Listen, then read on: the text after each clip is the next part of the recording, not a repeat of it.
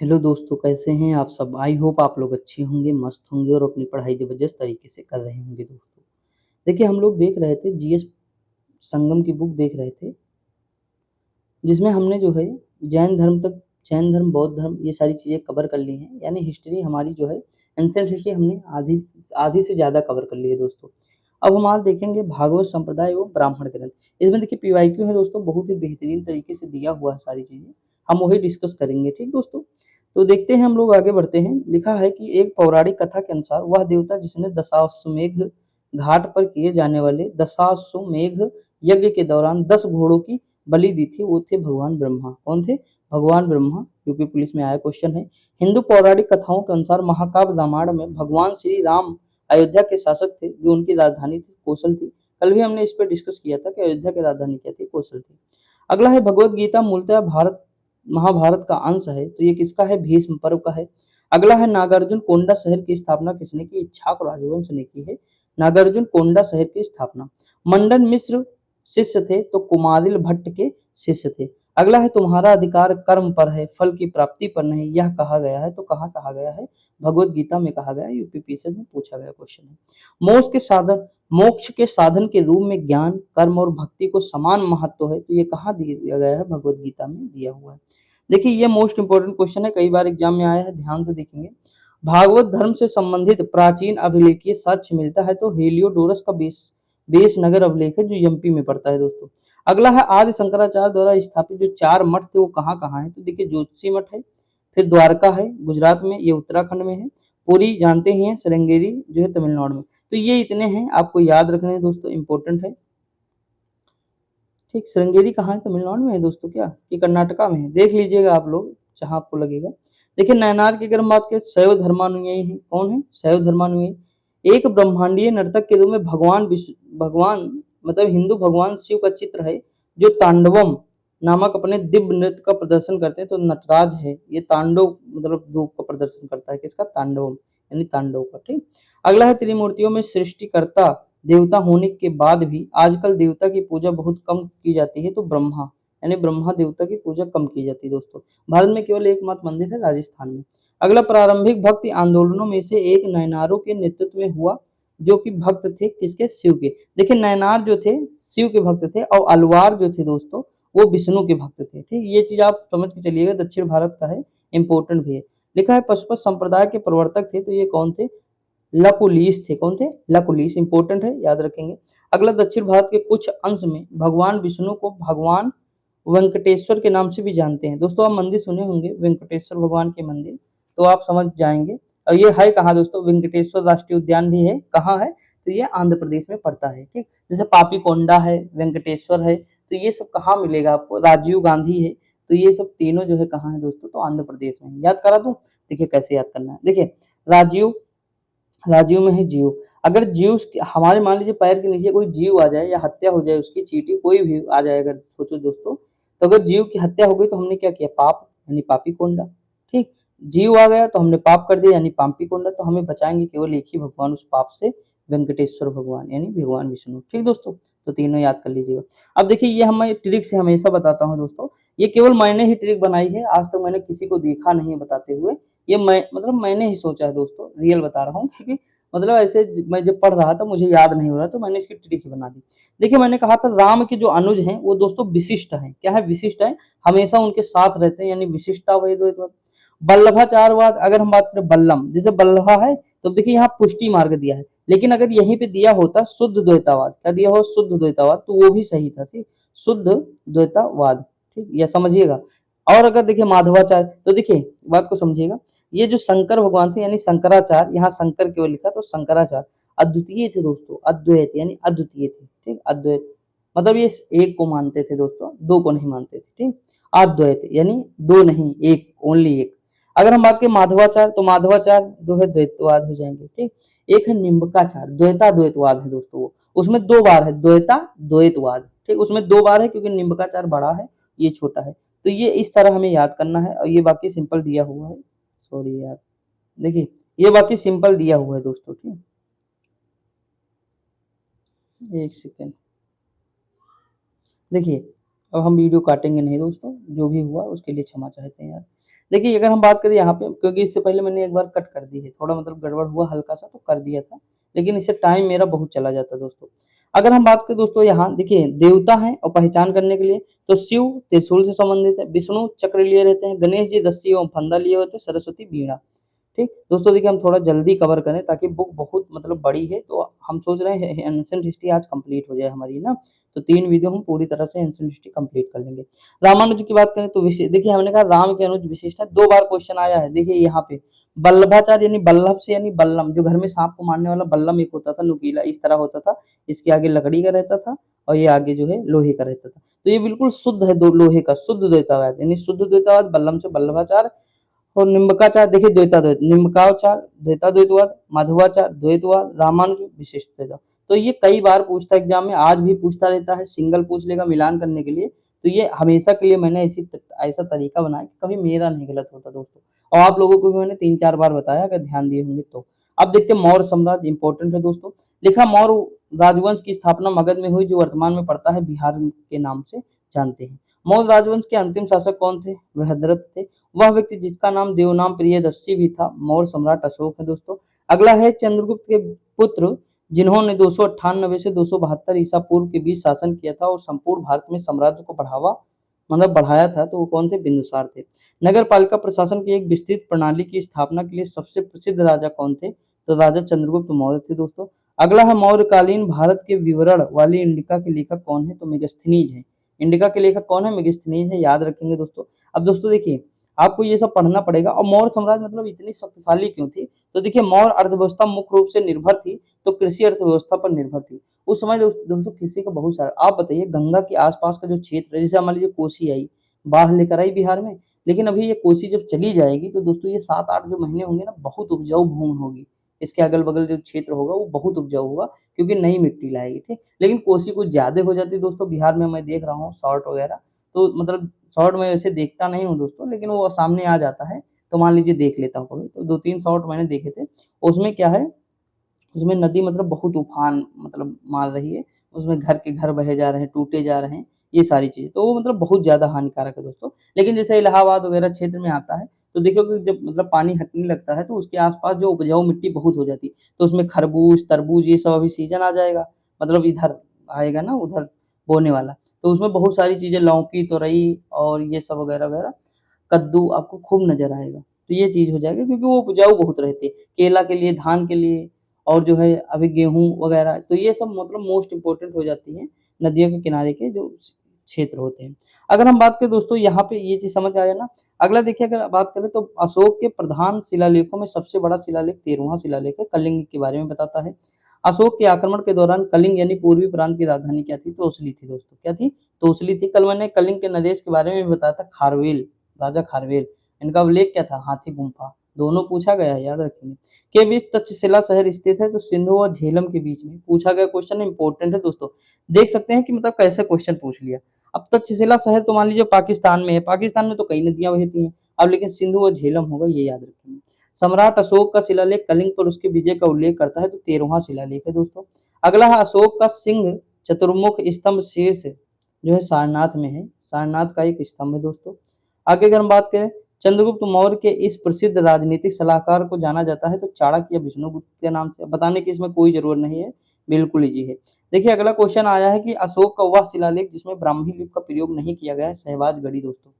मानसहरा और सहबाजगढ़ी में अरमाइक लिपि का प्रयोग किया गया है, खरोष्टी लिपि का प्रयोग किया गया है, लेकिन ब्राह्मी लिपि का प्रयोग नहीं किया गया।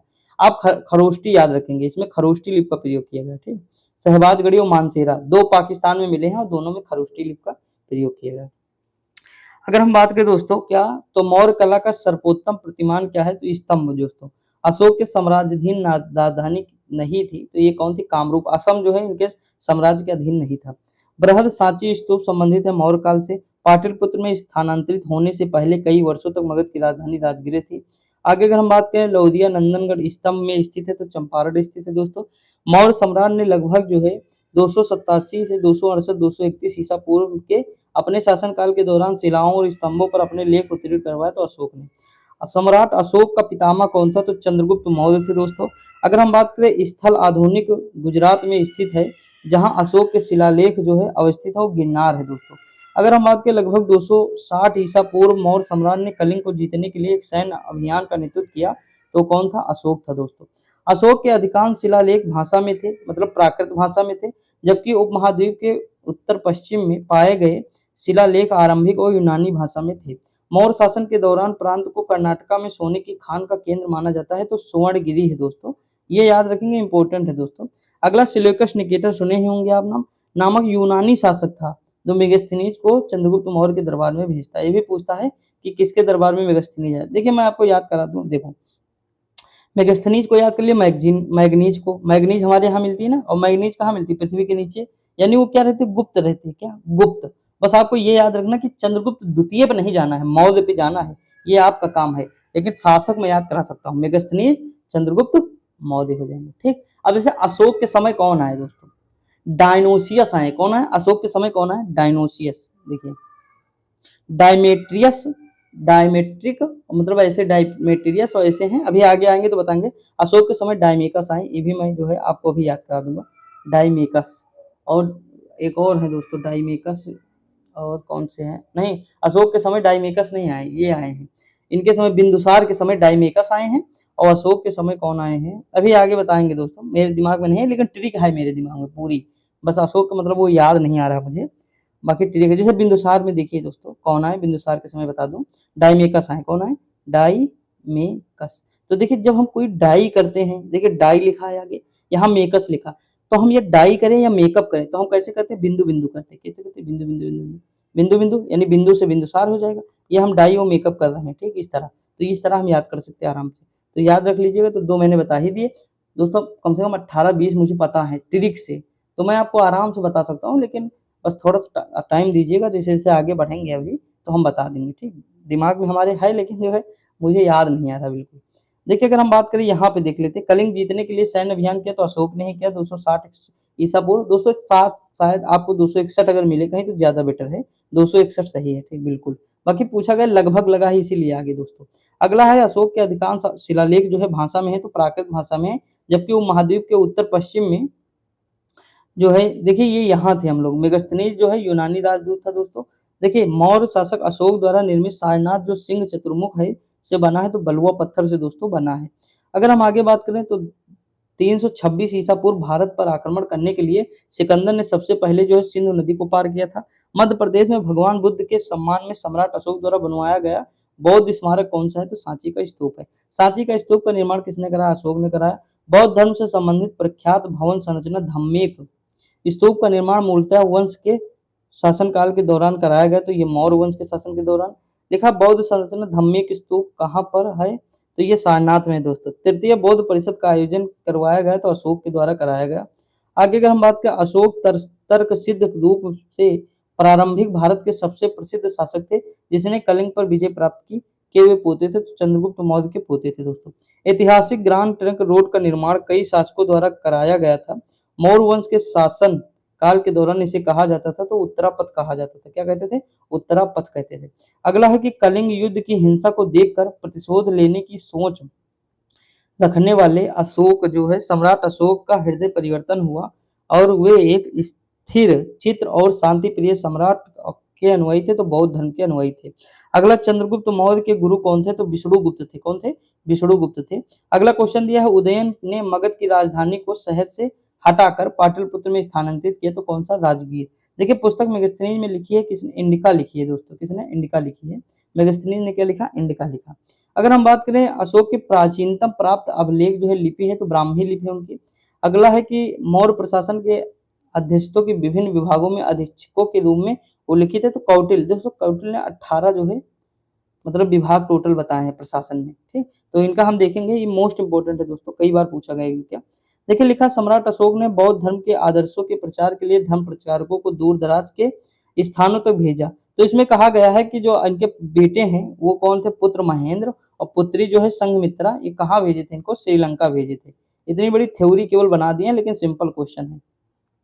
लिखा, ने धर्म विजया, धार्मिकता द्वारा विजय की नीति अपनाई, तो अशोक। दोस्तों अशोक को महान क्यों कहते हैं? क्योंकि ये सहिष्णुता मतलब इसके अंदर थी, सहिष्णु बहुत था ज्यादा। देखिए सहिष्णुता क्या मतलब है दोस्तों? देखिए ये अपने धर्म का तो मतलब जैसे ये बौद्ध धर्म से संबंधित था। किसका अनुयायी था? बौद्ध धर्म का।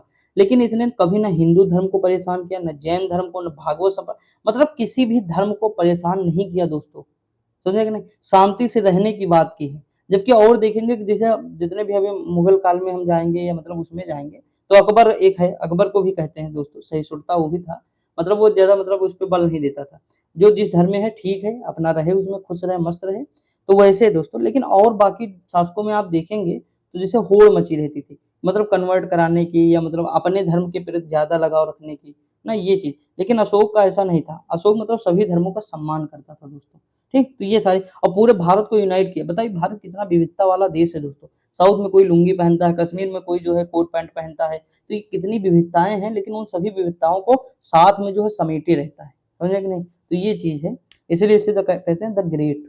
देखिए अगर हम बात करें दोस्तों संघमित्रा और महेंद्र वर्मन के पिता कौन थे, अशोक थे। देखिए अगर हम आगे बात करें अशोक के शासन काल की सबसे महत्वपूर्ण घटना जो है कलिंग आधुनिक युग में विजय, मतलब उड़ीसा विजय थी, जो उनके जीवन का एक महत्वपूर्ण परिवर्तन सिद्ध हुआ। अगर हम बात करें अशोक ने कलिंग विजय के बाद बौद्ध उपदेशों को अपना लिया था, इसके बाद दोस्तों उसका हृदय परिवर्तन हुआ, उसने बौद्ध धर्म को अपना लिया। अगला प्रसिद्ध कलिंग युद्ध ने सम्राट अशोक को युद्ध छोड़ने और बौद्ध धर्म अपनाने के लिए प्रेरित किया। यह युद्ध उड़ीसा में कब लड़ा गया था, तो अभी मैंने बताया, देखिए यहाँ लगभग नहीं लगा, वहां लगभग था तो 260 था, लेकिन यहाँ एग्जैक्ट दिया 261, ठीक। अगला चंद्रगुप्त का पुत्र आगे कौन हुआ, तो बिंदुसार हुए। सम्राट अशोक का पुत्र मतलब जो है किसके पुत्र थे, तो ये बिंदुसार के पुत्र थे, जो मौर्य वंश से संबंधित थे, ठीक। आगे अगर हम बात करें सम्राट अशोक ने पत्थर के स्तंभों और पत्थर के तख्तों पर अपने जो है 14 आदेश उत्कीर्ण करवा कर अपने राज्य के प्रमुख स्थानों पर स्थापित किया, ताकि लोग तदनुसार आचरण कर सके। अशोक महान से संबंधित है, मौर्य वंश से। अशोक की राजधानी, मतलब अगर हम बात करें मौर्य वंश की राजधानी क्या थी, पाटलिपुत्र थी। बिल्कुल इजी क्वेश्चन है, आरआरबी एनटीपीसी ग्रुप डी इनमें सब में पूछेंगे, देख लीजिए। कोई ऐसा क्वेश्चन आपको कठिन लगे तो बताइए। कौटिल्य का अर्थशास्त्र मौर्य वंश के बारे में बताता है। मेगास्थनीज भारत आने वाले सबसे शुरुआती खोजकर्ताओं में से एक थे। अब बताइए जो सिलिकस निकेटर थे, जब वो यूनानी थे और उन्हीं के राजदूत ये थे, तो ये भी तो यूनानी होंगे। अगला दिया सम्राट अशोक ने अपने राज्यकाल में 12 वर्ष में एक विशेष अधिकारी की नियुक्ति की, जो भूमि का सर्वेक्षण करता था तथा भू अभिलेखों का रखरखाव करता था और न्याय का पालन करता था। इन अधिकारियों को रज्जुक कहते हैं। क्या कहते हैं, रज्जुक दोस्तों। अगला है राजा की कहानी मुद्रा राक्षस। तो देखिए मुद्रा राक्षस ये कौन हो जाएंगे, तो चंद्रगुप्त मौर्य। देखिए कैसे याद कर लें, जैसे मान लीजिए मतलब इनके विषय में है चंद्रगुप्त मौर्य के, इन्होंने लिखा मुद्रा राक्षस, किसने लिखा है दोस्तों, विशाख दत्त ने लिखा। किसने, विशाख दत्त ने लिखा मुद्रा राक्षस, ठीक, याद रखेंगे। अगला वह वास्तुकार जिसने राजा बिंबिसार के महल को बनाया था, तो महागोविंद ने बनाया था। ये भी यूपीएससी बैच में पूछा गया। अगला है मौर्यों के इतिहास के लिए अधिक प्रमाणिक जो है माना जाता है, तो विष्णु पुराण। मैंने कल ही शायद डिस्कस किया था, विष्णु पुराण मौर्य से संबंधित है। और सातवाहन जो है मत्स्य पर, सातवाहन या आंध्रों के इतिहास की जो अधिक प्रमाणिक माना जाता है। ये आंध्र कौन है, तो सातवाहन ही दोस्तों, मत्स्य पुराण माना जाता है। और गुप्त काल वायु पुराण हो जाएगा, अभी आगे आएगा क्वेश्चन। अगला है कि मौर्य काल में सदैव राजा के पास रहने वाले विष जो है परीक्षक वैद्य को कहा जाता था जांगली विद, ठीक दोस्तों। आगे अगर हम बात करें शासक जो मौर्य राजवंश से संबंधित नहीं था, वो अग्निमित्र दोस्तों हो जाएगा, ये गुप्त वंश से संबंधित था। अशोक के स्तंभ लेखों के लिए पत्थर निकाला गया, तो कहाँ से निकाला गया था, चुनार से। चुनार इस समय दोस्तों मिर्जापुर वाला क्षेत्र आपको है, वहीं पड़ेगा चुनार का किला। अगला अशोक का वह शिलालेख जो धार्मिक संश्लेषण या समन्वय के बारे में बताता है, वो 12वां शिलालेख बताता है। अगला है कि सम्राट अशोक ने अपने राज्याभिषेक बाद कलिंग पर विजय प्राप्त की, तो 8 वर्ष बाद। अब देखिए 69 में वो राज्याभिषेक हुआ उसका, मतलब 269 में। अगर हम बात करें 261 में उनसे कलिंग मतलब 8 वर्ष बाद किया, ठीक। अगर हम बात करें प्राकृत भाषा के पोषक थे, सातवाहन थे। कला के लोक पक्ष को अधिक प्रोत्साहन मिला, तो कहाँ मिला, तो सातवाहन में मिला। अगर हम मथुरा कला जो शैली थी हमारी, मूर्ति कला शैली थी, वो कहाँ, तो कुषाण के शासनकाल में जो है बनती है, पहली दोस्तों इन्हीं के शासनकाल में बनती है। अगला है वे शासकों जिन्होंने गिरनार क्षेत्र में जल संसाधन व्यवस्था की ओर ध्यान दिया, तो चंद्रगुप्त मौर्य थे और अशोक थे। लिखा राजा जिसके एक अभिलेख से सूचना मिलती है कि शाक्य मुनि बुद्ध का जन्म लुम्बिनी में है, तो अशोक के अभिलेख से पता चलता है। सारनाथ स्तंभ का निर्माण कहाँ हुआ था, तो मतलब किसने किया था, तो अशोक ने। अशोक द्वारा स्थापित सबसे सुरक्षित स्तंभ है लौदिया नंदनगढ़ का स्तंभ है, इंपॉर्टेंट है दोस्तों, पीछे में पूछा क्वेश्चन है। अशोक का वह अभिलेख जो कनक मुनि बुद्ध के अस्तित्व को प्रमाणित करता है, वो निगाली सागर जो है स्तंभ अभिलेख है। गुर्जरा अभिलेख दोस्तों जो है जिसमें अशोक का नामोल्लेख मिलता है, गुर्जरा और मास्की में अशोक का नाम अशोक मिलता है, ये मध्य प्रदेश के दतिया जिले में है दोस्तों। आगे अगर हम बात करें दोस्तों, लिखा है अशोक के अभिलेखों में से पूर्ण रूपेण धार्मिक सहिष्णुता के प्रति समर्पित जो है अभिलेख है तो शिलालेख जो है 12 है दोस्तों। ब्राह्मी लिपि को सर्वप्रथम पढ़े तो जेम्स प्रिंसेप ने पढ़े थे। अगला है प्राक अशोक ब्राह्मी लिपि का पता चला है जो अनुराधापुर से चला। कहाँ से? अनुराधापुर से। लिखा है पत्थर का प्राचीनतम शिलालेख थे तो प्राकृतिक भाषा में पत्थर का प्राचीनतम शिलालेख था।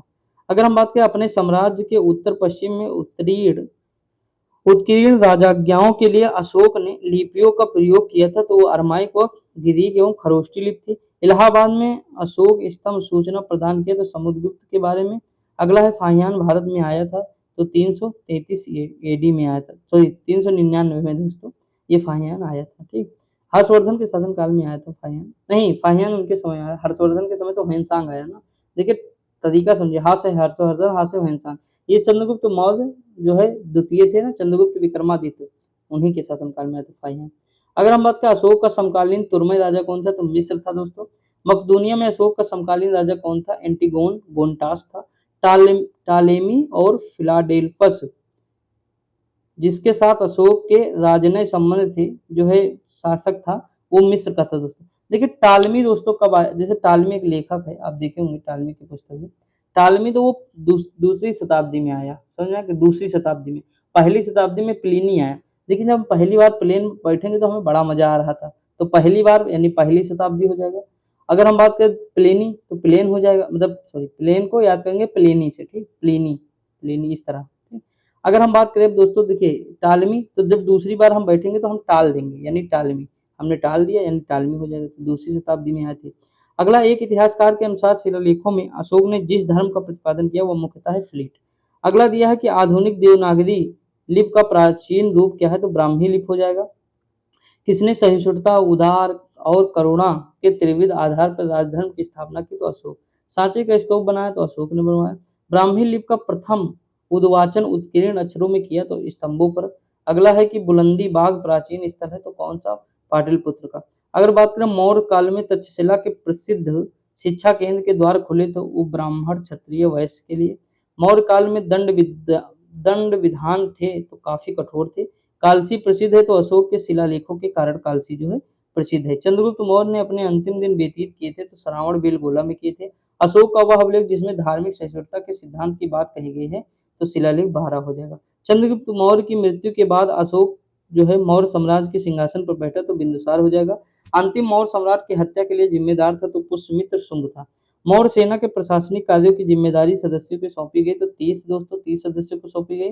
भारत भारतीय समाज के भारतीय समाज को 7 वर्गों में वर्गीकृत किया गया है दोस्तों तो मेगास्थनीय। अशोक के अभिलेखों के अनुसार मगध साम्राज्य में एक प्रांतीय केंद्र नहीं था तो इंद्रप्रस्थ नहीं था। लिखा अर्थशास्त्र ग्रंथ मौर्य साम्राज्य के काल के प्रशासनिक और सैन्य संगठन का सूक्ष्म विवरण जो है देता है तो अर्थशास्त्र है। कौटिल्य के सप्तांग सिद्धांत में अमात्य है तो मंत्री और अधिकारी है। सम्राट अशोक ने अपने राज्याभिषेक के 8 वर्ष बाद कलिंग पर विजय प्राप्त की। अगला है मौर्य शासन में कलिंग की लड़ाई के बाद युद्ध करना छोड़ दिया तो किसने? अशोक ने। अगर हम बात करें मौर्य सम्राट चंद्रगुप्त मौर्य ने जो है सेल्यूकस निकेटर को पराजित किया और चंद्रगुप्त मौर्य ने 322 ईसा पूर्व में कौटिल्य की सहायता से अंतिम जो है नंद वंश जो घनानंद था, इनके बारे में कल हम बात किए थे, इनको पराजित करके गद्दी प्राप्त की। ये डेट याद रखेंगे दोस्तों, ठीक। अगला क्वेश्चन दिया समाहर्ता। अब बताइए देखिए समाहर्ता को हम याद कर लिए, समान मतलब समान हमको देना है क्या? राजस्व देना सबको, समान राजस्व। तो ये देखिए कर निर्धारण आ गया, समान राजस्व यानी कर निर्धारण। तो देखिए समान से समा, राजस्व यानी कर, तो कर निर्धारण हो जाएगा। राजस्व अधिकारी भी कहीं मिलता है लेकिन कर निर्धारण कोई दिक्कत नहीं, सेम है, ठीक। और मौर्य साम्राज्य का संस्थापक कौन था तो चंद्रगुप्त मौर्य था। लिखा है कि 1837 में पहली बार ब्राह्मी लिपि को समझा तो जेम्स प्रिंसप ने समझा। अगला क्वेश्चन दिया लिपि सभी आधुनिक भारतीय लिपियों की जननी मानी जाती है तो ब्राह्मी लिपि मानी जाती है। एमटीएस में, सीजीएल में, जीडी में पूछे गए हैं। मौर्य राजवंश का अंतिम शासक कौन था? भरतदत्त था। सम्राट अशोक ने बौद्ध धर्म ग्रहण किया था तो कलिंग युद्ध के बाद किया था। मौर्य राजवंश से संबंधित नहीं था तो बिंबिसार नहीं था। ने अपनी प्रजा और अधिकारियों के लिए पत्थर की सतहों पर अपने संदेश उत्कीर्ण किए थे तो अशोक ने किए थे दोस्तों। अशोक के कंधार अभिलेखों की खोज में की थी तो 1958 में किए थे अशोक के कंधार अभिलेख की खोज, याद रखेंगे। अगला है कि भारत के प्राचीन इतिहास के संदर्भ में अशोक जो है अशोक स्तंभ का संबंध है तो सांची से है।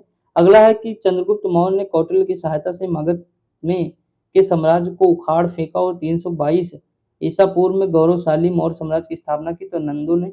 सेल्यूकस मौर्य युद्ध में सेल्यूकस ने मौर्य शासक के विरुद्ध युद्ध लड़ा तो चंद्रगुप्त मौर्य। गुजरात में झील वस्तुतः एक कृत्रिम जलाशय है जो मतलब जो है मौर्यों के द्वारा बनाई गई, उसका नाम है सुदर्शन झील दोस्तों।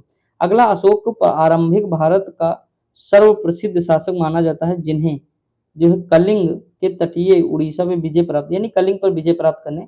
कितना भी घुमाए लेकिन क्वेश्चन वही सब रिपीट हो रहे हैं, आप देख सकते हैं, केवल क्वेश्चन घुमा रहा है दोस्तों। और खासकर इस तरह एसएससी ही करती है दोस्तों, ये जो ये वाला ना है, ये वाला चीज, ये जो पैटर्न है एसएससी ज्यादा नजर आता है। देख लीजिए सब एसएससी में ही आ रहा है, पीसीएस वगैरह में ये सब बहुत कम देखने को मिलता है। एपी 380 देखिए बिल्कुल सिंपल स्टेट पूछ लिया। राजा कनिष्क, अब देखिए हम मौर्योत्तरकालीन की ओर बढ़ते हैं दोस्तों। लिखा है राजा कनिष्क के शासनकाल के दौरान दरबारी चिकित्सक कौन थे? चरक थे दोस्तों। योग दर्शन पतंजलि हो जाएंगे, महर्षि पतंजलि। कनिष्क प्रथम के शासनकाल के दौरान प्रसिद्ध आयुर्वेद दोस्तों कौन थे? विद्वान, तो चरक ही थे। जो है कुषाण मूलतः निवासी थे, चीनी जो है तुर्किस्तान या तुर्कमेनिस्तान के थे। अगला, विक्रम संवत प्रारंभ हुआ तो 57 ईसा पूर्व, पूछा गया, इंपॉर्टेंट है। लिखा है खगोलविद ब्राह्मीर और कवि कालिदास जो थे किसके दरबार में? तो विक्रमादित्य के दरबार में थे।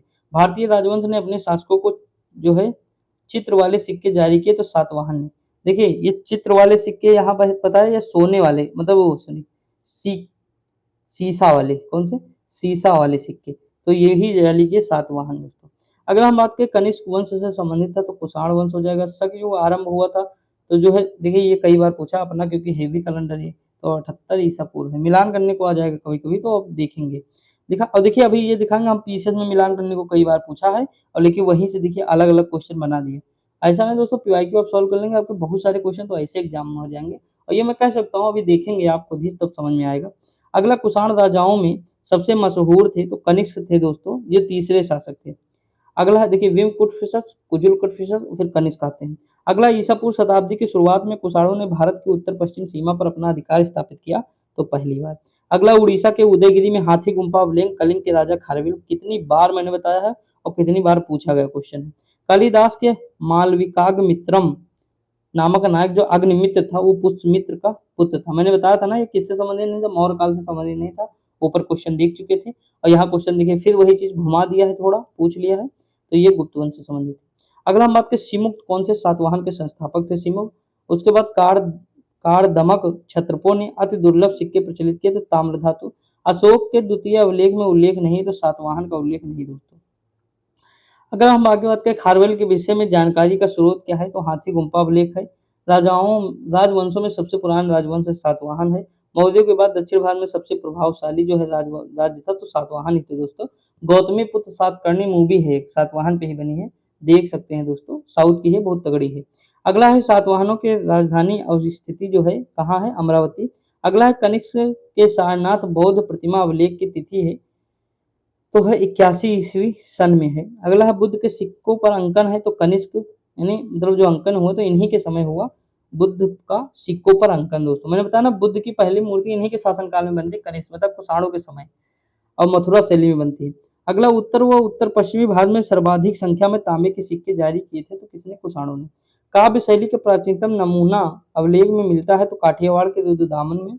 लिखा है प्राचीन भारत में नियमित रूप से सोने के सिक्के चलाए तो कुषाण ने चलाए दोस्तों। शुद्ध सोने के सिक्के कुषाणों ने चलाए दोस्तों। बिना बिगाड़ के सुदर्शन झील का जीर्णोद्धार कराया गया तो रुद्रदामन प्रथम के द्वारा। अगला है प्राचीन भारत में साहित्यिक इतिहास में पाणिनि और पतंजलि ख्याति प्राप्त नाम है फले फूले हैं तो शुंग राजवंश के समय।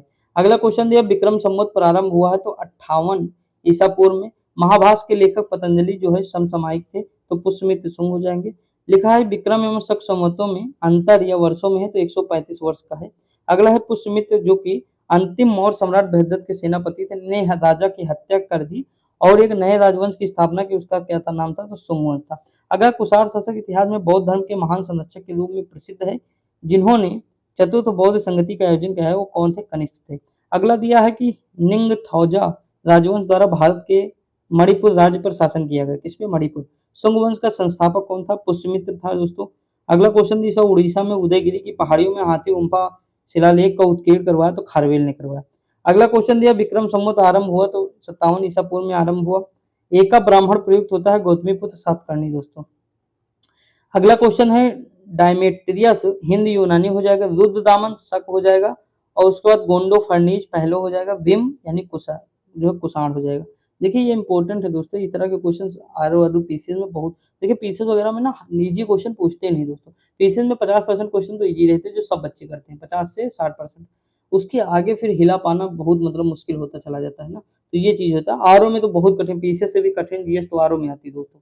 इस बार देखे होंगे पेपर, अच्छे अच्छे को हिला दिया। 140 क्वेश्चन में जो 90 किया होगा ना, बहुत बेस्ट परफॉर्म किया होगा दोस्तों, ये समझ के चलिए। मतलब बहुत लेवल था उसका जीएस का। अगर हम बात करें दोस्तों प्राचीन भारत में विदेशी आक्रमण की बात करें तो देखते हैं दोस्तों, देखिए टाइम देखिए थोड़ा, ठीक है अभी हमारे पास 20 मिनट है दोस्तों। हम ये टॉपिक हम ये सोचेंगे कि पूरा कंप्लीट हो जाए, ज्यादा बेटर है। देखिए मध्य प्रदेश में विदिशा के पास बेस नगर जो है गरुड़ ध्वज स्तंभ है, हेलियोडोरस ने बनवाया। हमारे देश को इंडिया संबोधित करते थे पहले तो यूनानी। देखिए मैं आपको एक कॉन्सेप्ट दूं, जो ईरानी थे ना दोस्तों, ईरानी, वो सिंधु को क्या कहते थे, हिंदू कहते थे। क्या कहते थे, सिंधु को हिंदू कहते थे। तो हमारा देखिए सिंधु से हिंदू, यानी सिंधु नदी से हम बन गए हिंदू, समझ आए कि नहीं, सिंधु यानी हिंदू। तो हिंदू से हिंदुस्तान धीरे धीरे आ जाएगा। जो हमारे यूनानी थे, कौन थे, यूनानी, यानी जो यूरोप वाले थे यूनानी, वो इंदे कहते थे। क्या कहते, इंदे, इंदे से बन जाएगा इंडिया आगे चल के, समझा कि नहीं। और अरबी लोग क्या कहते थे, तो सिंध को हिंद कहते थे अरबी लोग, ठीक, हिंद। तो इस तरह याद कर सकते हैं आप, अरबी लोग सिंध को हिंद कहते थे, समझे कि नहीं। यानी वही बात हो जाएगी, ईरानी अरबी लगभग लगभग मैच करता रहेगा, तो आपको समझ के चलना पड़ेगा। देखिए वो तो ऐसे मैंने बता दिया है जानकारी के लिए। ये देखिए ये सबसे ज्यादा इंपॉर्टेंट क्वेश्चन ये वाला, हिंद यमन शासक जिसे सिक्के के सिक्के चलाए तो स्टेटो द्वितीय ने चलाए। शासक जिसको सर्वप्रथम सोने के सिक्के जारी करने का श्रेय दिया जाता है विम कटफिशस को दिया जाता है। अगला है भारतीय वीर भारतीय राजा का नाम जिसे सिकंदर ने झेलम के तट पर पराजित किया है वो पुरु या पोरस कहलाता है। अगला है युद्ध भूमि में बड़ी संख्या में सैनिकों के मारे जाने अथवा आहत हो जाने के बाद भारतीय गढ़ अथवा राज्य की स्त्रियों ने सिकंदर के विरुद्ध शस्त्र धारण किए, वो मत्सग, कौन था, मत्सग। अगला है विदेशी आक्रमणकारी ने अपने प्रदेश चंद्रगुप्त मौर्य को सौंप दिए, सेल्यूकस निकेटर। अगला क्वेश्चन है 130 150 ईस्वी में भारत में जो है शक शासक था तो दामन प्रथम। सिकंदर ने हाई हाई डिस्पीच के युद्ध को हराया तो पोरस को हराया। अगला प्रथम हूण आक्रमण हुआ कब हुआ, तो 458 ईसा पूर्व। अगला ने राजा हान होती से युद्ध किया और चीन के हान राजवंश के राजा थे और द्वितीय प्रयास में उसे हराया तो कनिष्क दोस्तों, कौन थे, कनिष्क। आगे अगर हम बात करें दोस्तों संगम चोल चेर पांड्य की अगर हम बात करें, देखिए लिखा है महोदयपुरम के चेर साम्राज्य में बोली जाने वाली संभावित भाषा मलयालम थी। सिंचाई के लिए 16 मील लंबी जो चोल झील का निर्माण किसने कराया, तो राजेंद्र प्रथम ने कराया, चोल शासक थे दोस्तों।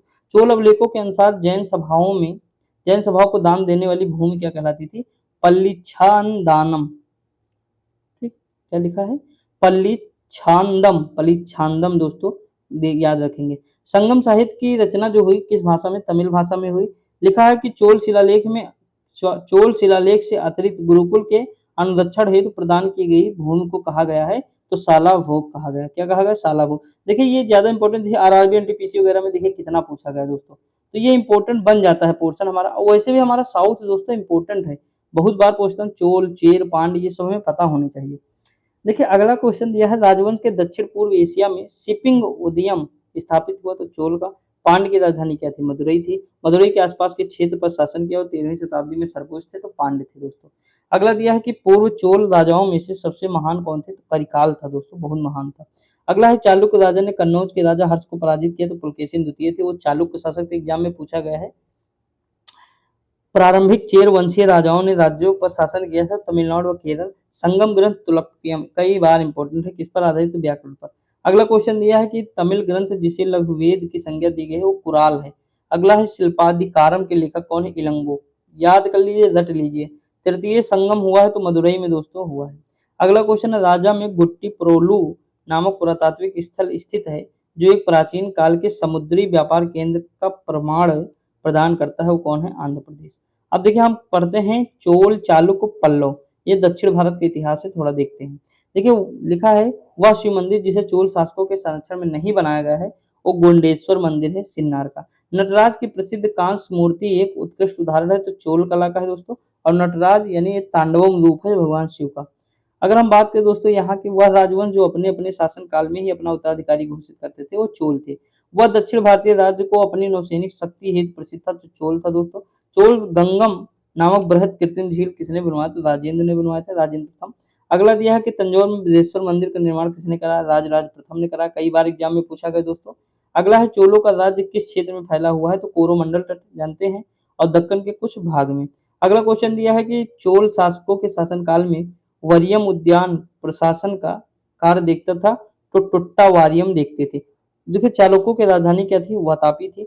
अगला दिया है चोल राजाओं के स्नानागार और भोजनालय का प्रबंध देखते थे, स्त्रियां और पुरुष दोनों देखते थे दोस्तों।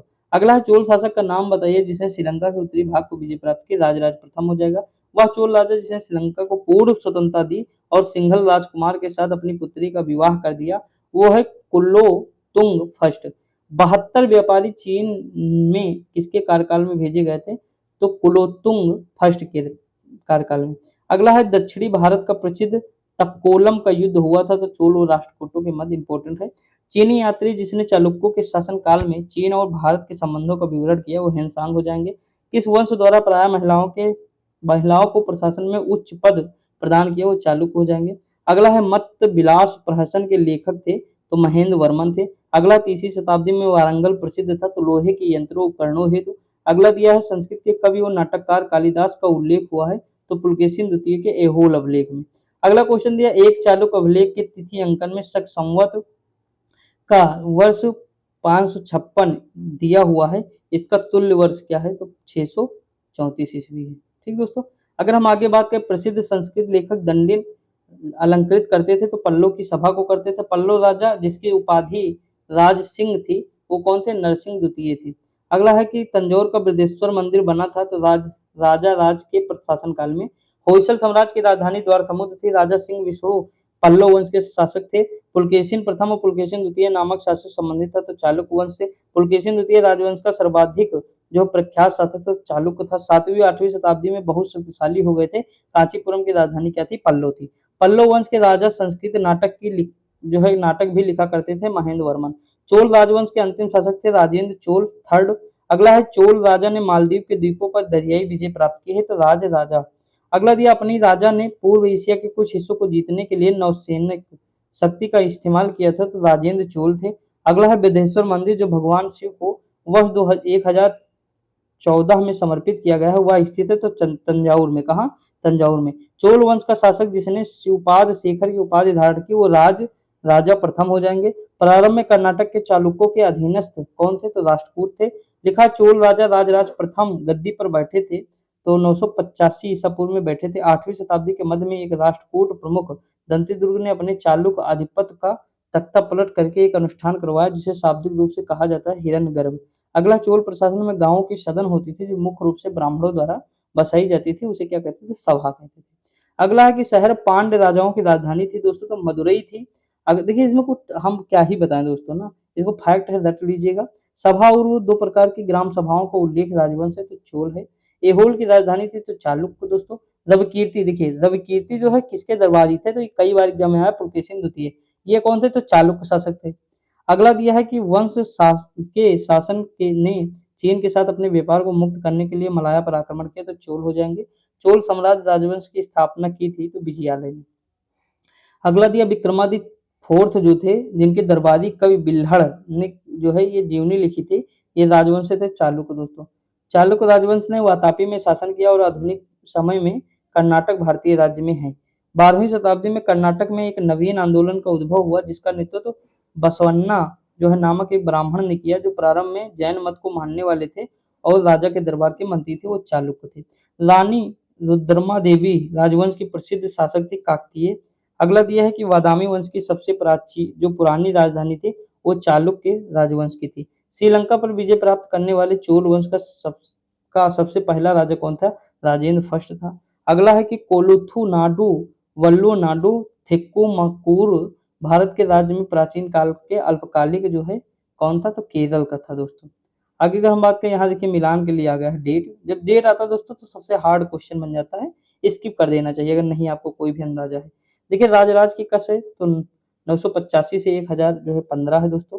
और राजाधिराज प्रथम की है तो 1044 से 1052 ये ईस्वी है दोस्तों। ठीक हम मतलब प्लस हो रहे हैं यहाँ हम इधर प्लस हो रहे हैं। कुलतुंग फर्स्ट की 1070 से 1120 है। विक्रम चोल की है 1120 से 1133। देखिए राजवंश दिया और राजधानी दिया, इंपॉर्टेंट है। जैसे पल्लव की राजधानी कांची है, कदम की वनवासी है, पांड्य की मदुरा है, काकतीय की वारंगल है। इतनी बार एग्जाम में आया है ना कि क्या ही बताएं, अलग अलग भी पूछा गया दोस्तों। देखिए फिर अगले क्वेश्चन सेम और थोड़ा सा अंतर कर दिए। देखिए काकतीय की वारंगल है, मिल रही है। पल्लव कांची है, मिल रही है। ठीक, और देखिए पांड्य की मदुरा है, मिल रही। एक चीज चेंज किया है, यादव देवगिरी। देवगिरी कौन? यादव थे, महाराष्ट्र क्षेत्र। तो सोच सकते हैं यही क्वेश्चन सेम टू सेम है। देखिए ये भी दोस्तों कहाँ पूछा, पीसीएस ने ही पूछा, लेकिन ये किसमें पूछा, मेंस में 2021 या 2019। यानी ऐसा नहीं रिपीट नहीं होते दोस्तों, होते हैं। तो हम ये देखेंगे। ठीक, अब हम गुप्त काल देखते हैं दोस्तों। गुप्त काल, वह शासक जिसके दरबार में बहुत से विद्वानों को नवरत्न के रूप में अलंकृत किया गया, वो कौन थे? चंद्रगुप्त द्वितीय थे। अगला है भारतीय नेपोलियन माना जाता है तो समुद्रगुप्त को। सर्वप्रथम चांदी के सिक्के जो है चलाए दोस्तों किसने? तो चंद्रगुप्त द्वितीय विक्रमादित्य ने चलाए।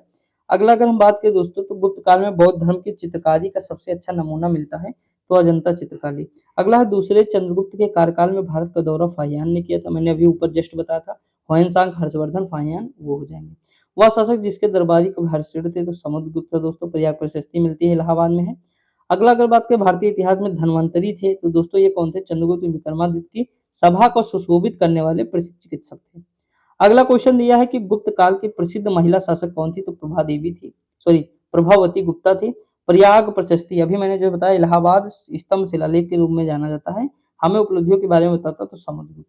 अगला दिया है कि भारत में बीज गणित के क्षेत्र में महत्वपूर्ण योगदान है, तो आर्यभट्ट का है। चंद्रगुप्त द्वितीय ने 9 रत्नों में से एक कौन थे? वराहमिहिर थे। भारत के नेपोलियन के नाम से जाना जाता है, तो समुद्रगुप्त को जाना जाता है। आरआरबी एनटीपीसी है, सारे क्वेश्चन देख सकते हैं। प्राचीन भारतीय इतिहास के सबसे महत्वपूर्ण शासकों में से एक है, तो देखिए चंद्रगुप्त द्वितीय की पुत्री प्रभावती। दोस्तों देखिए, अच्छा हर एग्जाम का एक पैटर्न होता है जीएस पूछने का। जैसे देखिए एंशिएंट हिस्ट्री में कौन कौन से टॉपिक ज्यादा इंपॉर्टेंट? सिंधु घाटी सभ्यता, उत्तर वैदिक काल, उत्तर वैदिक काल, जैन धर्म, बौद्ध धर्म, मगध, ठीक, मौर्य वंश, और जो है उसके बाद ये हमारा दक्षिण भारत का आप देख लीजिए थोड़ा, गुप्त काल। इतने देख लेंगे काम हो जाएगा। मतलब अगर 3-4 क्वेश्चन आ रहे हैं तो 2-3 क्वेश्चन सही कर लेंगे। मतलब 1-2 क्वेश्चन, एक क्वेश्चन की मैं गारंटी नहीं ले, 2-3 क्वेश्चन आराम से कर लेंगे। तो ये मतलब पैटर्न होता है, हर एग्जाम का होगा। जैसे-जैसे हम आगे देखेंगे, हर एग्जाम का है दोस्तों। विक्रमादित्य कौन थे? जो प्रसिद्ध गुप्त वंश का एक अन्य नाम है, तो चंद्रगुप्त द्वितीय थे। सुप्रसिद्ध काव्य जो है मेघदूत किसकी है? तो कालिदास की है। अगला है प्रशस्ति में शासकों में अपनी उपलब्धियां, तो गुप्त वंश की उपलब्धियां दी हुई है प्रशस्ति में। ठीक, अगला है कि गुप्त साम्राज्य के राजाओं में से सबसे अच्छा बीड़ा वादक कौन है? समुद्रगुप्त है। युग को प्राचीन भारत का स्वर्ण युग कहा जाता है, तो गुप्त साम्राज्य 4वीं शताब्दी। अगला क्वेश्चन है, नालंदा विश्वविद्यालय को विश्व के महान प्राचीन विश्वविद्यालयों में से एक तथा महत्वपूर्ण बौद्ध शैक्षिक उत्कृष्टता केंद्र माना जाता है। इसकी स्थापना किसने की? तो कुमारगुप्त प्रथम। चंद्रगुप्त प्रथम के बाद गुप्त साम्राज्य की बागडोर संभाली, तो समुद्रगुप्त ने। 4वीं शताब्दी की शुरुआत में गुप्तों में एक छोटा सा जो साम्राज्य स्थापित हुआ, तो मगध में। नगर गुप्त वंश की राजधानी की थी, पाटलिपुत्र थी। गुप्त साम्राज्य के वास्तविक संस्थापक श्रीगुप्त थे। गुप्त काल के दौरान चीन के यात्री ने भारत पर भ्रमण किया, फाहियान ने।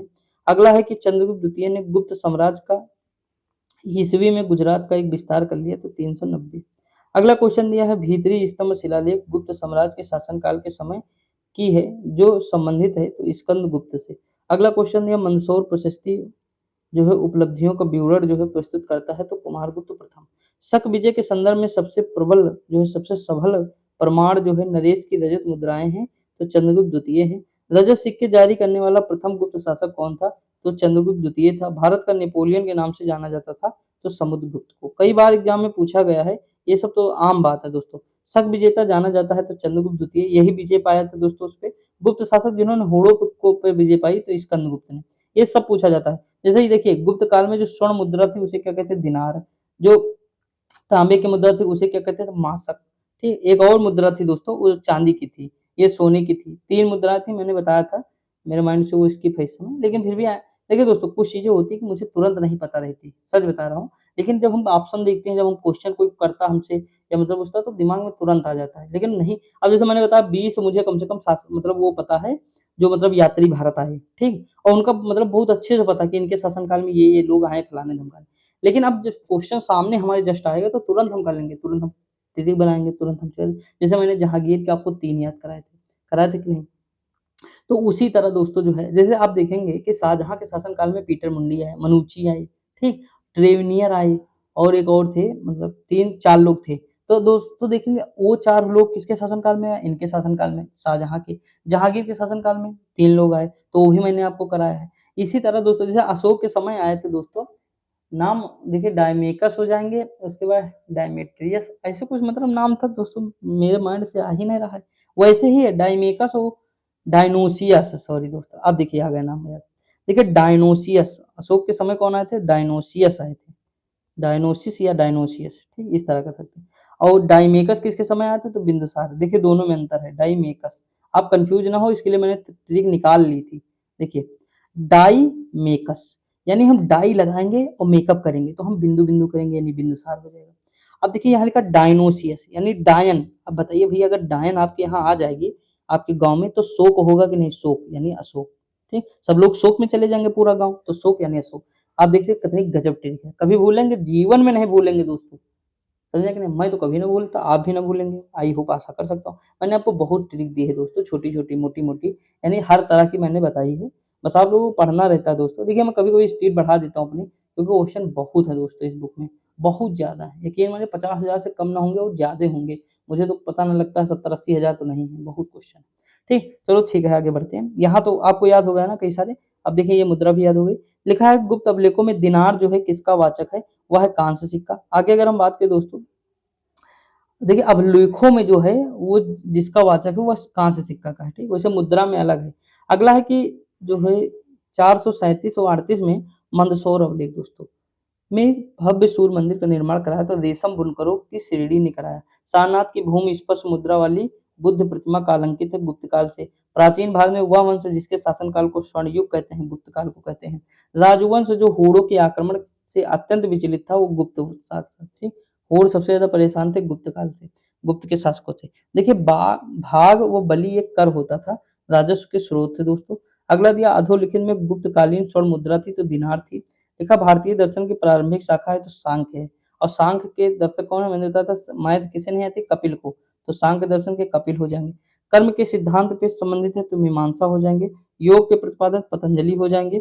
न्याय दर्शन, न्याय तो भैया गौतम जी बात करेंगे इसकी, गौतम हो जाएंगे। भारत में आस्तिक और नास्तिक संप्रदायों में विभेदक लक्षण है। वेदों की प्रामाणिकता में आस्था। काम रूप में वैष्णव धर्म को लोकप्रिय बनाया गया है तो शंकर देव ने बनाया है। बीजगणित के क्षेत्र में जो है योगदान के लिए विशेष रूप से जाना जाता तो भास्कर। आपको मैंने इनके बारे में बताया था अभी अंकित भाटी सर की जब बुक करा रहा था उसमें भी दोस्तों जो शास्त्रीय नृत्य थे उसमें अंकिया नाट आप सुने होंगे तो मैंने बताया था अंकिया नाट इनका सत्रिया जो है ना सत्रिया वो इन्होंने ही जीवित किया था। कालिदास द्वारा दोस्तों देखिए भास्कर तो बीजगढ़ी से हो जाएंगे भास्कर। यहाँ कालिदास द्वारा रचित जो मालविकाग्नि मित्रम है ये अग्निमित्री इसके नायक है अग्निमित्र दोस्तों। कायस्थ जाति का सर्वप्रथम उल्लेख मिलता है याज्ञवल्क्य में। दोस्तों कायस्थ जाति जानते हो? जैसे हमारे यहाँ आज के समय लाला नहीं होते जो श्रीवास्तव लाला जो लिखा पढ़ी करते थे पहले राज दरबार में। आप मूवी जितने भी देखे होंगे एक मतलब होता जैसे जो ये व्यवस्था किसके समय आई? इन्हीं के समय आई गुप्त काल में। देखिए गुप्त काल में सामंतवाद आ गए थे दोस्तों। जितनी भी आपको मूवी उनके उनके दिखेंगे ना ये कौन से गुंडा थे हमारे अमरीश पुरी दिखेंगे ना कि वो मतलब मालिक है पूरे गाँव के और गाँव मतलब सब लोग उनके खेत में काम करते हैं, वो मालिक हैं और उनके साथ एक मुनीम रहते थे दोस्तों। मुनीम जो लिखा-पढ़ी किया करते थे। वही कायस्थ हैं ये, वही कायस्थ हैं। वही मतलब ये बहुत ज़्यादा इनका दिमाग तेज होता बहुत ज़्यादा। स्वामी विवेकानंद जी यही मतलब इसी जात के थे, ठीक है दोस्तों। अमिताभ बच्चन भी इसी से रिलेटेड हैं। देखिए मैं कहाँ जा रहा हूँ, ये मैं ऐसे आपको बता दिया ओझा सर ने बताया था तो बता दें हिस्ट्री उनसे पढ़ा था थोड़ा, तो वही बताया था वही मेरे माइंड में आ गया। देखिए दास मुक्ति के अनुष्ठान का विधान जो है सर्वप्रथम किया था तो नारद ने। अगला क्वेश्चन दिया है कि पंड्रवर्धन भुक्ति अवस्थित है तो उत्तर बंगाल में। गुप्त काल में उत्तर भारतीय व्यापार संचालित होता है ताम्रलिप्त बंदरगाह से। सती प्रथा का प्रथम अभिलेखीय संदर्भ मिलता है तो एरण में मिलता है। कुमार गुप्त प्रथम के मंदसौर अभिलेख में श्रेणी का उल्लेख है तो रेशम बुनकरों। चांदी के सिक्के जारी करने वाला प्रमुख गुप्त शासक कौन था? तो ये था चंद्रगुप्त द्वितीय। अगला है चंद्रगुप्त ने प्रयाग प्रशस्ति वाले स्तंभ पर किसका लेख जो है मिलता है? तो ये जहांगीर का मिलता है दोस्तों। देखिए लिखा वह गुप्त शासक जिसको पहली बार अभिलेख जारी करने का दायित्व है समुद्रगुप्त है दोस्तों। गुप्त शासक की बात कर रहा है ये, समझिएगा बात। ठीक, नालंदा विश्वविद्यालय की स्थापना कुमारगुप्त ने की। गुप्त साम्राज्य के प्रसिद्ध स्रोत प्रयाग प्रशस्ति को के रूप में जाना जाता है तो इलाहाबाद स्तंभ शिलालेख में। अगला है गुप्त काल को प्रारंभ करने का श्रेय दिया जाता है चंद्रगुप्त प्रथम। अगला क्वेश्चन दिया है वाकाटक वंश का सीधा संबंध किससे है? चंद्रगुप्त द्वितीय से है। वाकाटक साम्राज्य की जो महारानी या प्रभावती गुप्त कुबेर नागा और बेटी कौन थी? चंद्रगुप्त द्वितीय थी। प्राचीन भारत का एक महत्वपूर्ण बंदरगाह शहर कौन है? ताम्रलिप्ति है। अगला है गुप्त शासकों के अधीन प्रशासन के संदर्भ में भुक्ति शब्द का अर्थ क्या है? एक प्रांत। अगला है गुप्त प्रशासन के संबंध में विधि शब्द को संदर्भित करता है प्रशासनिक इकाई। अगला क्वेश्चन दिया गुप्त शासक लिच्छवी वंश की लड़की से विवाह किया चंद्रगुप्त प्रथम। अगला दिया है कि 319 ईस्वी से 550 ईसा पूर्व के बीच में भारत पर शासन किया तो गुप्त राजवंश ने किया। अगला है चंद्रगुप्त प्रथम का उत्तराधिकारी कौन थे? तो समुद्रगुप्त थे। अगला है गुप्त राजवंश का पहला शासक जिसने महाराज अधिराज की पदवी धारण की तो चंद्रगुप्त। अगला दिया है गुप्त शासकों ने जो है नाम का जुर्माना लगाया था जो हल रखने वाले प्रत्येक जो है कृषक द्वारा भुगतान किया जाता था वो हलिहक्कर हैं। अगला दिया है चीनी यात्री सुंग युंग भारत आया था, ये कब आए थे? तो 518 ईस्वी में आए थे। अगला छठी शताब्दी के शुरुआत में भारत की यात्रा आने वाले चीनी यात्री कौन थे? तो सुंग युंग थे। दोस्तों देखिए अब हम आगे यहाँ से कल से देखेंगे क्योंकि टाइम हो गया 50 मिनट के आसपास, तो यहाँ हम आगे देखेंगे। कल हम ये कोशिश करेंगे दोस्तों पूरा जो है खत्म हो जाएगा हमारा पूरी तरह से और हम किसकी ओर मूव करेंगे तो कल हम दोस्तों जो है मूव कर जाएँगे एंसेंट मतलब जो है मॉडर्न हिस्ट्री की तरफ मूव कर जाएँगे। ठीक दोस्तों? कल हम ये पूरी तरह से कंप्लीट कर लेंगे, मॉडर्न हिस्ट्री का भी कुछ पोर्शन हम कर लेंगे आराम से। तो ये दोस्तों है बहुत सारी चीज़ें हैं इसमें, तो हम ज़्यादा अब आगे क्या ही खिसकाएँ, देख लेंगे आप लोग और कल भी इम्पोर्टेंट टॉपिक रहेगा हमारा, ठीक? तो पढ़ते रहिए, मस्त रहिए, खुश रहिए, मिलते हैं अगली वीडियो में, तब तक के लिए जय हिंद।